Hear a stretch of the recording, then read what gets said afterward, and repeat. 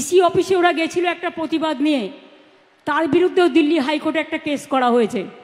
বাংলায় কয়েকটা লোক আছে আপনারা জানেন, টিচারদের চাকরি খাওয়ার জন্য, গভর্নমেন্ট সার্ভিস খাওয়ার জন্য, যে কোনো ব্যাপারে কথায় কথায় জনগণের কাজ করে না, ওদের ভোট চাই না, ওরা কোর্টে গিয়ে শুধু পিল খায় আর পিল করে, পিআইএল করে করে বাংলার সর্বনাশ করছে।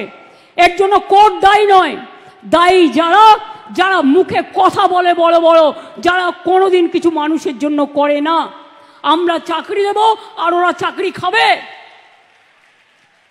আমি পরিষ্কার বলছি, শিক্ষার্থীরা, শিক্ষক শিক্ষিকারা যারা বসে আছেন গতকাল থেকে, কেন বসে আছেন এই গরমের মধ্যে কষ্ট করে? আপনারা স্কুলে যান। আমি তো আপনাদের বলেছি, সুপ্রিম কোর্টে আপনাদের টাকা বন্ধ করে দিয়েছিল, চাকরি বাতিল করে দিয়েছিল, কিন্তু আমরা তো রিভিউ পিটিশন করেছিলাম এবং তাতে তো আমরা বলেছি যে আপনারা মাইনে পাবেন এবং সিস্টেম অনুযায়ী মাইনে আপনাদের কাছে চলে যাবে। এর জন্য কারো প্ররোচনা দেওয়ার দরকার নেই, দাঙ্গা করার দরকার নেই, উত্তেজনা করবার দরকার নেই। আর গ্রুপ সিডি যেটা বাতিল হয়েছে, আমাদের আইনজীবীদের সাথে পরামর্শ করতে দিন। আমরা আইনজীবীদের সাথে পরামর্শ করে বাদবাকিটাও আমরা নিশ্চয়ই আবার দরকার হলে রিভিউয়ে যাব, এইটুকু বিশ্বাস আমাদের উপর করতে পারেন। যারা আপনাদের চাকরি খেয়েছে তাদের উপর ভরসা করবেন না, যারা চাকরি ফিরিয়ে দিয়েছে তাদের উপর ভরসা করুন, আর যারা আগামী দিনও ফিরিয়ে দিতে পারে তাদের উপর ভরসা করুন। আইন আমাদের মানতে হয়, আইন মেনে চলতে হয়। আবার আইনে মনে রাখবেন, আইনও যেমন আছে, আইন আবার পথও খুলে দেয়। সুতরাং আপনাদের চিন্তা করার কোনো কারণ নেই। আমি তো নিশ্চয়ই চাইব না আমার রাজ্যে বেকার বাড়ুক। আবার দেখছি হাইকোর্টে একটা কেস করে বসে আছে, 35,000 প্রাথমিক শিক্ষককে ছাঁটাই করতে হবে। এরা কারা? এরা কারা? আমি জিজ্ঞেস করতে চাই, যারা একদিন আমাদের মন্ত্রিসভায় থেকে তারাও কম লক্ষ্যে টাকা দেয়নি, এই চাকরি দেয়নি, একবার ভাবতে লজ্জা করছে না যে মানুষের চাকরিগুলো করার আগে তার একটা পরিবার আছে, তার সন্তান আছে, সে বাড়ি করেছে, ব্যাংকের লোন নিয়ে কি করে শোধ করবে? একবার চিন্তা করে দেখবেন না? রাজনীতি করতে গেলে শুধু দানবিক মুখ, মানবিক মুখটা কোথায় যাবে?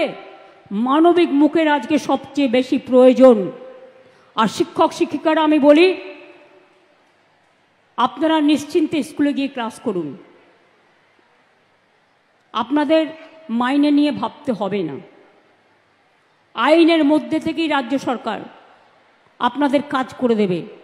আপনি এ না বি এটা কোর্ট ঠিক করবে, আমরা নই। কিন্তু আপনাদের মনে রাখতে হবে, যে যেখানে চাকরি করছেন চাকরিতে ফিরে যান।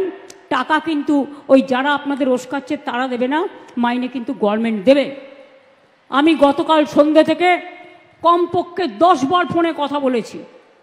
আমি কলকাতায় থাকলে হয়তো 1 সেকেন্ডে মিটিয়ে দিতে পারতাম, কিন্তু যেহেতু আমি মিদনাপুরে আছি, আমি রাত 12টা পর্যন্ত কথা বলেও দেখছি কেউ কেউ রিজিড আছে যে টেন্টেড আনটেন্টেড লিস্ট বের করতে হবে। আরে আপনার কি যায় আসে? কেন অন্যদের কথায় পা দিচ্ছেন? টেন্টেড কি আনটেন্টেড কি আপনার দেখার তো প্রয়োজন নেই। ওটা দেখার জন্য রাজ্য সরকার আছে, কোর্ট আছে। আমরা এভিডেন্স নেব, আমরা কোর্টের কি বলা হয়েছে দেখব। এটা আপনার তো লিস্টের দরকার নেই। আপনি চাকরি করেন, আপনার চাকরিটা আছে কিনা দেখার দরকার, আপনি ঠিকমতো মাইনে পাচ্ছেন কিনা সেটা আপনার দেখার দরকার। অন্যটা আপনার দেখার দরকার নেই, ওটা আমাদের ওপরে ছেড়ে দিন। মনে রাখবেন, ইউপিতে 69,000 লোকের চাকরি গেছিল বিজেপি সরকার থাকাকালীন, কেউ ফিরে পায়নি। আমি তো আপনাদের বলছি আপনারা ফিরে পাবেন।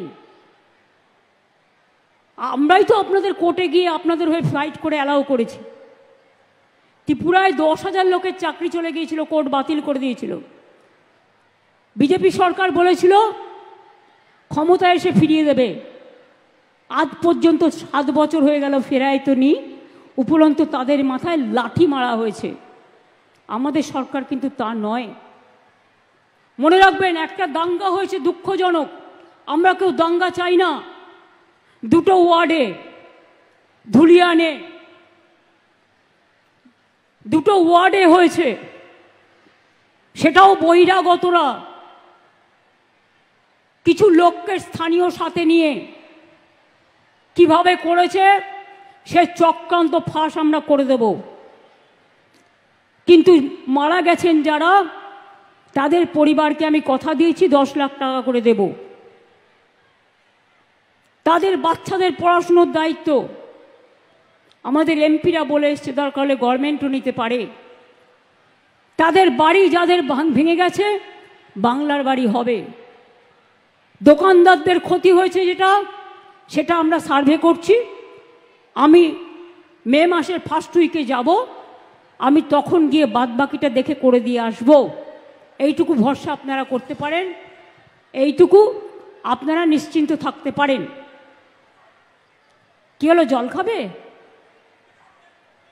পড়ে গেছে? আচ্ছা, আমাদের অ্যাম্বুলেন্স আছে না, ডাক্তার আছে, দেখে নাও। জল খেলে ওদের 3-4টে বোতল পাঠাও, পাঠাও পাঠাও। গরম তো, খুব গরম, লু বইছে। দেখে নাও, দেখে নাও, চেয়ারে বসিয়ে দাও। ডাক্তার যদি কেউ থাকেন দয়া করে দেখে আসুন। মেডিকেল ক্যাম্প সামনেই আছে, নিয়ে যান, কোলে তুলে নিয়ে যান। মায়েরা, যদি মেয়ে হয় মায়েরা কোলে তুলে নিয়ে যান, যদি ছেলেরা হয় বা আমাদের মহিলা ভলেন্টিয়ার যারা পুলিশের আছেন, আর যদি ছেলে হয় ছেলেরা কাঁধে করে নিয়ে যান। সামনে মেডিকেল ক্যাম্প আছে। এটা খুব গরম তো, ভীষণ গরম পড়েছে, সেই জন্য আমরা গরমের ছুটিও খুব তাড়াতাড়ি দিয়ে দিচ্ছি। আস্তে আস্তে আস্তে আস্তে নিয়ে যান। আর যদি বলে হসপিটালে যেতে হবে, আমার গাড়িটা নিয়ে যান। দেখে নিন, যদি ডাক্তার বলে হসপিটালে যেতে হবে, ডিহাইড্রেশন হয়ে গেছে হয়তো, আপনি দেখে নিন, তাহলে দরকার হলে আমার গাড়িটাই করে নিয়ে যান।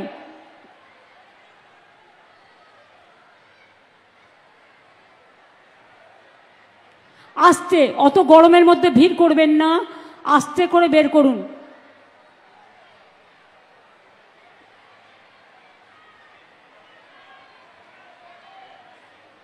আসলে গরমটা খুব বেশি, আর মেদিনীপুরে, বাঁকুড়ায়, পুরুলিয়ায়, বীরভূমে, বর্ধমানে গরমটা আরও বেশি পড়ে। আর এবারে গরমটা একটু বেশি পড়েছে। তাও তো দেখুন, আপনাদের জন্য মাথায় শেড দেওয়া হয়েছে, জায়গায় জায়গায় পাখা দেওয়া হয়েছে, কিন্তু এই গরম কি আর আটকায়?